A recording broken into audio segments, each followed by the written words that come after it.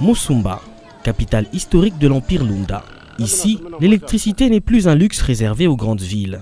Depuis 10 ans maintenant, un projet initié par les pères salvatoriens de Kaponga éclaire le quotidien de cette population. Une fierté pour cette entité du diocèse de Kolwezi où le courant fourni est reconnu pour sa qualité et sa constance. L'un des gestionnaires de ce projet, le père Bienvenu, revient sur cette décennie d'engagement. Nous faisons le travail de Dieu, nous prêchons la parole mais aussi l'action. Le courant est très remarquable à Musumba. Je pense que c'est le meilleur courant, avant de donner les secrets, le meilleur courant de la République démocratique du Congo. Parce qu'avec les systèmes qu'on utilise, d'abord des compteurs prépayés, ce n'est pas donné à n'importe qui. Tout informatisé, synchronisé ici chez nous. C'est pour moi d'abord l'honneur de louer le fondateur, qui est Père Jacques. Il est vivant, il n'a pas fait l'électricité, mais par rapport à son génie, sa technique, aujourd'hui 10 ans, des courants à Musumba, sans coupure, parfois coupure s'il y a une panne. Et quand il y a une panne, en tout cas, on est dedans. Le secret, c'est la maintenance et aussi la qualité des matériels qu'on utilise ici. Ici, sur le site de Rouchiche, nous avons pu visiter des dizaines de mètres d'installation. Un câblage bien aligné, mieux que dans les grands centres urbains tels que Lubumbashi ou Kolwezi. Mais derrière cette réussite, se cachent des réalités complexes. Le plus grand défi reste l'isolement de Musumba, desservi par une route quasiment inexistante. Cet enclavage complique l'acheminement du matériel, l'entretien des installations et même la formation du personnel technique.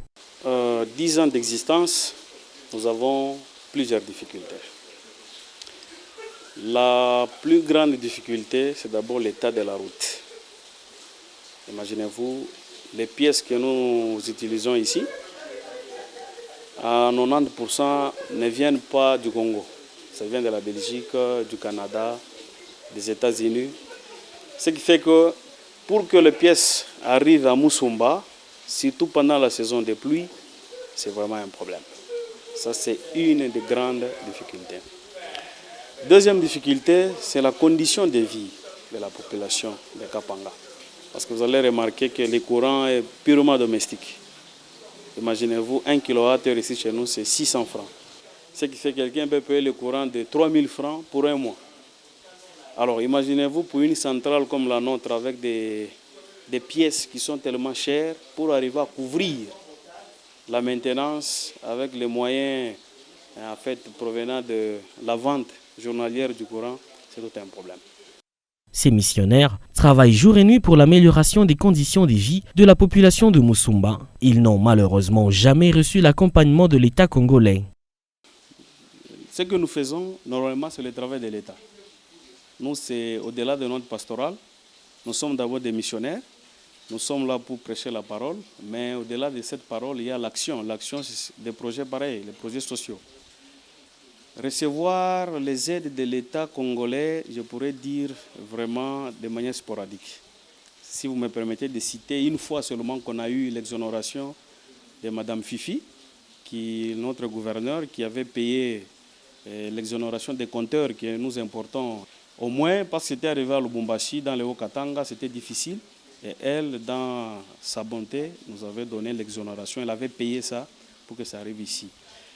Mais avoir vraiment de l'aide, c'est tout un problème parce que nous voulons rencontrer le gouvernorat, aller au gouvernorat, parler un peu de ce courant, tout ça, mais c'est tout un problème. Pour arriver là-bas, il y a les catchs. Malgré ces obstacles, les religieux salvatoriens ne comptent pas s'arrêter là. Leur ambition est désormais de renforcer la capacité de production et surtout d'étendre la distribution d'électricité vers d'autres localités de Kapanga et d'ailleurs, afin que la lumière bénéficie à un plus grand nombre de populations. On a initié un projet, ça sera à côté de la Louloua. Nous voulons faire de l'autre côté un autre système avec des hydroliennes flottantes, mais ça nous demande énormément beaucoup. Nous avons rédigé le projet, c'est bien accepté. Les partenaires sont pour venir faire d'abord les premières études. Mais ça serait facile, selon leurs explications, s'il y aurait un pont là-bas. S'il y aurait les ponts, ce serait facile de travailler. Mais comme il n'y a pas de pont, il faut canaliser de l'eau, il faut construire des pontons, chercher des câbles, tout ça, travailler dans l'eau, c'est difficile. On avait lancé des mémorandums au gouvernorat s'il y aurait moyen de nous accompagner. C'est un si grand projet qui pourra nous amener jusqu'à Kalamba et tout comme jusqu'à la frontière même avec l'Angola, à Moussevo. Le Christ, c'est la lumière, c'est ça notre souci. On apporte seulement la parole et aussi, c'est ce que nous voulons. Alors si le gouvernement pouvait travailler derrière nous, dire voilà, il y a déjà l'église qui est là. L'église catholique vient de nous donner, disons, la route à suivre. Elle ne prêche pas seulement la parole, mais aussi l'action. On pouvait travailler ensemble. On pouvait travailler, mais on n'a pas ça. Il y a des caïfs là-bas. Donc quand il y a un projet pareil, il y a des gens, oh non, moi je suis tel, moi je suis ceci. Alors, c'est un problème pour nous. Alors c'est ça notre souci. Sandoa par exemple, ils vivent dans le noir, alors que Kapanga, qui est si loin ici, a le courant permanent. Ça serait aussi facile pour nous. À Sandoa, il y a d'ailleurs le pont, il y a aussi la Louloua là. Ça serait facile d'amener le courant, même 1 mégabyte là-bas. Dilolo, c'est la même chose.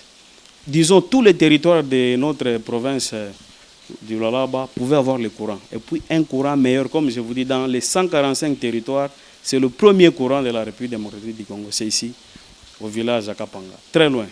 Ce projet témoigne de la dimension sociale de l'action de l'Église catholique. Au-delà de sa mission spirituelle, le diocèse de Kolwezi, par l'entremise des pères salvatoriens, démontre qu'il est un acteur majeur du développement. De l'évangélisation à l'amélioration des conditions de vie, l'Église s'impose comme une véritable alliée de la population dans le Lualaba profond. À Musumba, la lumière qui brille dans les foyers est aussi le reflet d'une foi mise au service du progrès par le diocèse de Kolwezi.